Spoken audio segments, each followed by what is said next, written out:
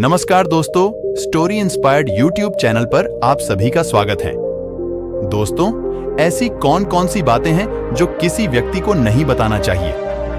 दोस्तों, हम हर कोई बात किसी न किसी व्यक्ति को बता देते हैं और इससे क्या नुकसान होता है हम यह कभी नहीं सोचते हैं। लेकिन जीवन जीना बड़ा कठिन है और इस दुनिया में अच्छे से जीना है तो हर कोई बात किसी को नहीं बताना चाहिए, क्योंकि दुनिया में जैसे भला सोचने वाला भी इंसान होता है वैसे ही बुरा सोचने वाला भी इंसान होता है। एक बात जो लगभग सभी लोग बचपन से सुनते आ रहे हैं कि धीरे बोलो दीवारों के भी कान होते हैं। ये बात हम सबके कानों में पड़ी होगी और मुंह से भी निकली होगी, क्योंकि ऐसी कई गुप्त राज होते हैं जो हम दूसरों की कानों में पड़ने नहीं देना चाहते, क्योंकि जाने अनजाने में भी हम वह बात बता देते हैं जो हमें कभी भी नहीं बताना चाहिए, जो वही बात हमारे दुखों का कारण बन जाता है। दोस्तों, देर न करते हुए उन 7 रहस्य को जानते हैं जो बुद्धिमान व्यक्ति किसी को नहीं बताते हैं। दोस्तों, उससे पहले आप वीडियो को लाइक और चैनल को सब्सक्राइब नहीं किया है तो कर दीजिए, जिससे मुझे मोटिवेशन मिलता है और मैं आपके लिए ऐसा वीडियो बनाते रहूंगा। चलिए दोस्तों, भगवान गौतम बुद्ध की कहानी के माध्यम से उन 7 रहस्यों के बारे में जानते हैं और उन 7 रहस्य को जानने के बाद आप भी उन 7 रहस्य को किसी को नहीं बताना चाहेंगे तो चलिए वीडियो को शुरू करते हैं। एक समय की बात है, एक गांव में भोला नाम का एक लड़का रहता था। वह बहुत ही गरीब परिवार से था। उसके पास कुछ पैसा नहीं था। 2 वक्त की दाल रोटी भी उनको बड़ी मुश्किल से नसीब होता था। भोला किसी काम की तलाश में दिन रात खोज करने की बाद में भी उसे कोई काम नहीं मिल रहा था। फिर भोला अपने पत्नी के सामने अपनी सारी परेशानी, सारी समस्या बताता है। उसने अपनी पत्नी को कहा कि मैं जिस जगह भी काम मांगने के लिए जाता हूँ तो हर कोई मुझे ये कहकर काम नहीं देता कि हमारे यहाँ कोई काम की जगह खाली नहीं है। मैं बहुत काम ढूंढा फिर भी मुझे कोई काम नहीं मिला। मैं काम की तलाश करते करते थक चुका हूँ। मुझे समझ नहीं आ रहा है कि मैं तुम लोगों को भूखा पेट कैसे पालूं, ये परिवार कैसे चलेगी, अपने बच्चों को कैसे बड़ा करूंगा, और ये चिंता मुझे दिन रात खाए जा रहा है। ये सुनकर उसकी पत्नी ने कहा कि तुम एक व्यक्ति के पास सिर्फ एक बार ही काम मांगने के लिए जाते हो और जब वह काम नहीं देता तो तुम दोबारा जाते तक नहीं हो। अगर उनसे काम लेना है तो तुम्हें हमदर्दी जतानी होगी, तुम्हें उनसे हमदर्दी हासिल करनी होगी, अपनी गरीबी दिखानी होगी, ताकि वह लोग तुम्हारी मजबूरी देखकर तुम्हें काम पर रख ले। इसलिए शर्म मत करो और उन्हें अपनी मजबूरी बताओ, अपनी गरीबी बताओ और इसी उपाय से तुम काम पा सकते हो। उसकी पत्नी की बात भोला की मस्तिष्क में बैठ गई और अगले दिन वह काम मांगने के लिए उसी व्यक्ति के पास जा पहुंचा, जहां पर वह पिछले दिन काम की तलाश में गया था। लेकिन इस बार उसने हाथ जोड़कर उस व्यक्ति से प्रार्थना की, उससे विनती की कि मैं बहुत गरीब हूँ और मेरा परिवार बहुत भूखा है, मेरे छोटे छोटे बच्चे हैं, मुझे काम की बहुत जरूरत है। आप जितना भी पैसा देंगे उससे ही संतुष्ट हो जाऊंगा। मुझ पर कृपा करके मुझे आपने यहाँ काम पर रख ले। उसकी ये हालत देखकर उस व्यक्ति ने उसे अपने पास काम पे रख लिया। वह रोज वहां पर काम पर जाने लगा। अंदर ही अंदर वह बहुत खुश हो रहा था, लेकिन उसे दूसरों लोगों से कम तनख्वाह मिलती थी। वही काम जो दूसरे लोग कर रहे थे उन्हें ज्यादा मिल रहा था और भोला को कम तनख्वाह मिल रहा था। जब इसके बारे में भोले ने उसे व्यक्ति से कहा तो उस व्यक्ति ने कहा कि देखो भाई, तुम्हें काम की जरूरत थी और मैंने तुम्हें काम दिया। मेरा धन्यवाद करने की बजाय तुम मुझसे मेरी ही शिकायत कर रहे हो। ये कोई इंसानियत है? ये सुनकर भोला वहीं पर चुप हो गया। लेकिन बात कहीं ना कहीं सत्य थी। सेठ ने तो उसे मजबूरी के हिसाब से ही उसे काम दिया था और इसलिए वह उसे अपने अनुसार ही वेतन देता था। लेकिन धीरे धीरे ये बात अपने दोस्तों और अपने रिश्तेदारों को भी बताना शुरू कर दी कि उसका मालिक कैसा आदमी है और उसे कितना वेतन देता था। समय बीतता गया और भोला पूरी लगन के साथ अपने काम करता था। लेकिन अब परिस्थितियां बदलने लगी थीं। उसका मालिक अब भोला से दूसरों लोगों से ज्यादा काम लेता था और उनसे कम तनख्वाह भोला को देता था। ये बात भोला के मन ही मन में बहुत खटकती थी। वह दूसरों से ज्यादा मेहनत कर रहा है और उनसे कम तनख्वाह पा रहा है। इससे उसको अपने आत्मसम्मान से बहुत गहरी चोट पहुंची। अब धीरे धीरे उसका मन अब काम से हटने लगा। उसका मन अब काम में लगता ही नहीं था। जाहिर सी बात है कि ऐसी जगह किसका मन लगेगा जहां व्यक्ति को अपने आत्मसम्मान के साथ समझौता करना पड़े। इसलिए जल्द ही उसने अपने काम छोड़ दिया और वह घर पर आकर खाली बैठ गया। अब उसके पास घर का खर्चा चलाने के लिए भी पैसा नहीं बचे थे, इसलिए वह अपने रिश्तेदारों और अपने दोस्तों से सहायता मांगना शुरू कर दिया।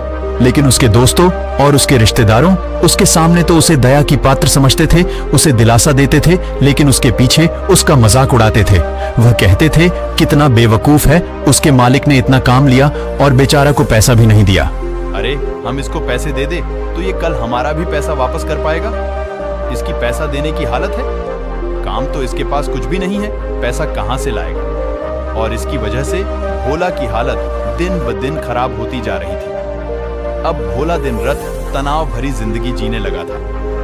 वही दोस्त, वही रिश्तेदार जो उसका अपना होने का दिखावा करते थे और भी उसे दया का पात्र समझते थे, उन्हें उसके ऊपर तरस आ रहा था। सब लोग आकर उसे ध्यान तो बहुत देते थे, लेकिन कोई भी उसकी सहायता नहीं करता था। एक दिन उसे पता चला कि पड़ोस की गांव में एक महात्मा आया हुआ है जो बहुत ही ध्यानी है।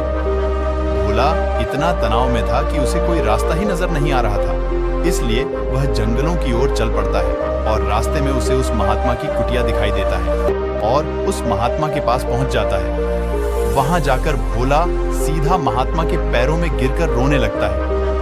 भोला रोते रोते अपनी सारी परिस्थिति बताता है। उन्हें बताता है कि किस तरह उसके मालिक ने उसका फायदा उठाया और उसके रिश्तेदार, दोस्त उसके साथ कैसे व्यवहार करते हैं। सारी बात सुनकर महात्मा ने उसे चुप कराते हुए कहा कि ये सारी समस्याएं तुम्हारी बुद्धिहीनता, तुम्हारी मूर्खता के कारण उत्पन्न हुई है। तुम्हारे अंदर विवेक होता तो इनमें से एक भी समस्या तुम्हारे दुखों का कारण नहीं बनती, बल्कि तुमने अपनी अभिवेक के कारण, अपनी मूर्खता के कारण खुद ही अपने रास्ते में कांटे बिछा दिए हो। आज मैं तुम्हें 7 बात बताऊंगा जो भूलकर भी किसी को मत बताना और इन बातों का अनुसरण करना, और 7 बातों को जानने के बाद तुम्हारी पूरी समस्याएं भी दूर हो जाएंगी। तो चलिए उन 7 बातों को शुरू करते हैं। पहली बात जो किसी को नहीं बताना चाहिए वह है अपनी मजबूरी। अपनी मजबूरी का दिखावा करके दूसरों का दया का पात्र बनकर उनकी सहायता लेने की गलती कभी मत करना। हो सकता है कि आज वह तुम्हारी मजबूरी देखकर तुम्हारी सहायता करते, लेकिन कल वह तुम्हारा फायदा उठाने से भी दोबारा नहीं सोचेगा, और अगर फायदा भी नहीं उठाएगा तो दूसरों के सामने तुम्हारा मजाक बनाने में वह व्यक्ति कभी दोबारा नहीं सोचेगा। इसलिए कभी भी अपनी मजबूरी का दिखावा ना करें। अगर घर में 2 सूखी रोटी हैं तो वही खाकर सो जाओ, लेकिन दोनों ही परिस्थिति आप देखो तो दूसरा आदमी आपका फायदा उठाने से दोबारा नहीं सोचेगा, और अगर वह फायदा नहीं भी उठाएगा तो अपनी नजर में तो आपको वह मूर्ख ही समझेगा, बेवकूफ समझेगा, और दूसरों की सामने आपका मजाक तो जरूर बनाएगा। इसलिए अपनी मजबूरी के बारे में किसी को मत बताना। दूसरी बात जो किसी को नहीं बताना चाहिए वो है अपनी अतीत की गलतियां और भविष्य की रणनीतियां। जरा सोचो कि अगर हम आपने अतीत की गलतियां किसी दूसरे को बताते हैं तो उसका क्या प्रभाव होगा। वह गलतियां ठीक तो नहीं की जा सकती, जाहिर है, तो उन्हें बताने का क्या जरूरी है। आप अपने अंधेरे पक्ष को खुद दुनिया के सामने बता रहे हो, खुद अपनी गलतियां दूसरों के सामने बता रहे हो। इससे एक आदमी की नजर में एक चरित्र गठित हो जाएगा और वह भविष्य में आपको हमेशा उस नजरों से देखेगा। इसलिए किसी भी आदमी की नजर में अपने चरित्र गठित मत होने दो, और जरा सोचो कि आप व्यर्थ में ही अपनी भविष्य की रणनीति दूसरों के सामने बता रहे हो। जो लोग आपके काम का हिस्सा ही नहीं है, उनके सामने अपनी भविष्य की रणनीति के बारे में ढिंढोरा पीटने की क्या फायदा।